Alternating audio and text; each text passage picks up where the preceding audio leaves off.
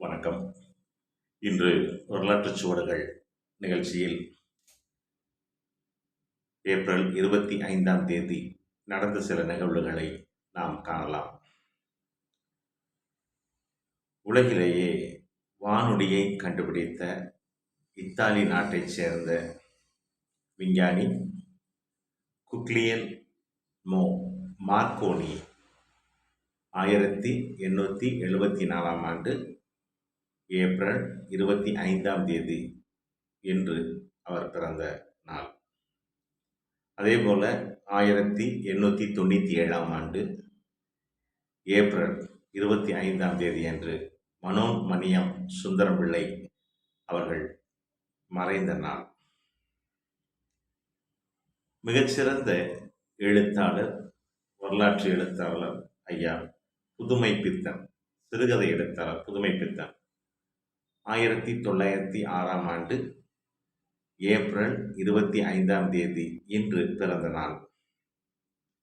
அதே போல மிகச்சிறந்த சிந்தனையாளரான மு வா என்று சொல்லப்படுகிற மு வரதராசன் அவர்கள் 1912ஆம் ஆண்டு ஏப்ரல் 25ஆம் தேதி இன்று பிறந்த நாள். 1920ஆம் ஆண்டு ஏப்ரல் 25ஆம் தேதி அமெரிக்காவில் பெண்களுக்கான ஓட்டுரிமை வழங்கப்பட்ட நாள். அதே போல லட்சுமிகாந்தன் கொலை வழக்கு, மிகப்பெரிய ஒரு பரபரப்பை திருப்பத்தை ஏற்படுத்திய லட்சுமிகாந்தன் கொலை வழக்கில் குற்றம் சாட்டப்பட்ட கலைவாணர் NS கிருஷ்ணன் அவர்களும்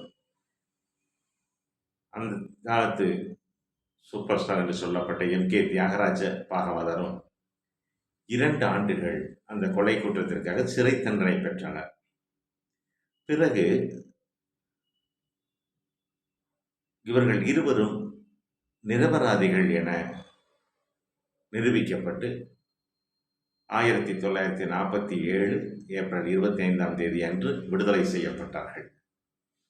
1961ஆம் ஆண்டு சாகித்ய அகாடமி விருது பெற்ற தமிழ் இன்பம் என்கிற முதல் நூல், இந்த நூலை எழுதிய எழுத்தாளர் சொல்லின் செல்வர் என்று வர்ணிக்கப்பட்ட ரா. பி. சேது பிள்ளை அவர்கள் மறைவு நாள் 1961ஆம் ஆண்டு ஏப்ரல் 25ஆம் தேதி.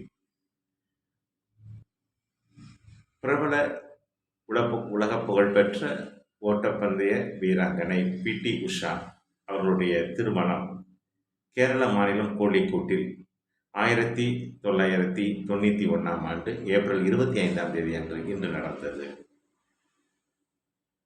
விண்வெளிக்கு சுற்றுலா சென்று வந்தவர் என்கிற பெருமையை பெற்ற முதல் பயணியான அமெரிக்க தொழிலதிபர் டென்னி டிட்டோ 2002ஆம் ஆண்டு ஏப்ரல் 25ஆம் தேதி இந்த பெருமையை பெற்றார். சுற்றுலா பயணம் சென்ற நாள். INS தரங்கிணி தனது 15 மாத கடற்பயணத்தை முடித்து கொச்சின் வந்தபோது பூமியை சுற்றி வந்த முதல் இந்திய கப்பல் என்ற பெருமையை பெற்றது. அது 2004 ஏப்ரல் 25ஆம் தேதி.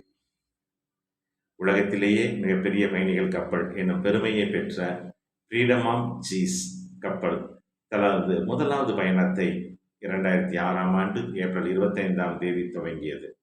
இது 1112 அடி நீளமுடையது, 18 மாடிகள் கொண்ட இதில் ஒரே நேரத்தில் 4370 பயணிகள் பயணம் செய்யலாம். 1360 ஊழியர்களும் இருப்பார்கள். இதில் நீச்சல் குளம், நீர் சறுக்கு, சறுக்குப்பாறை போன்ற வசதியும் உள்ளது. நன்றி. ஏப்ரல் 25ஆம் தேதி அன்று வரலாற்றுச் சுவடுகள் நிகழ்வை இன்று நாம் காண்டோம். மீண்டும் நாளை சந்திப்போம். நன்றி. மக்கள் உரிமைகள் பாதுகாப்பு கழகம், தலைவர் முனைவர் பாலசுப்ரமணியன்.